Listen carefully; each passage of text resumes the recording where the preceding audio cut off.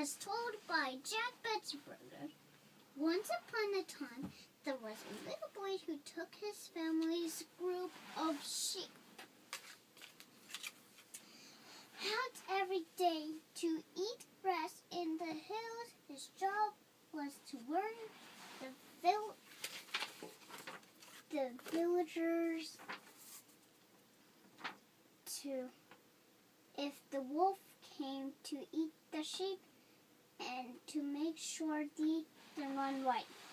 One day he was very bored, so he decided to play a trick on the villagers. He started shouting, "Wolf, wolf!" All the villagers ran to save the sheep, but the boy was laughing at them. He only played a joke. There was no wolf.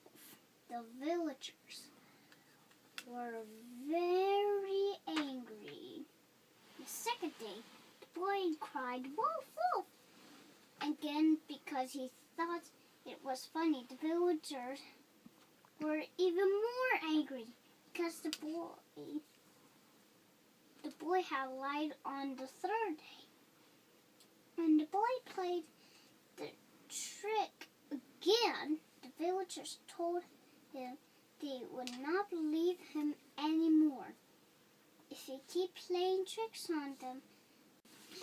The very next day, a giant black wolf came to eat the sheep one by one.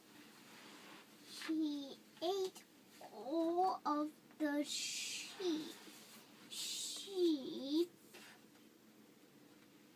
He ate all of the little boy's sheep. The boy cried and screamed, "Wolf! Wolf!"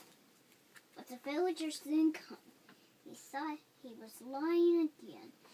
After the wolf ate the sheep and ran away, the boy had to go back home and explain to his family why he had no sheep left. They were very mad and punished him. The little boy never lied again. The end.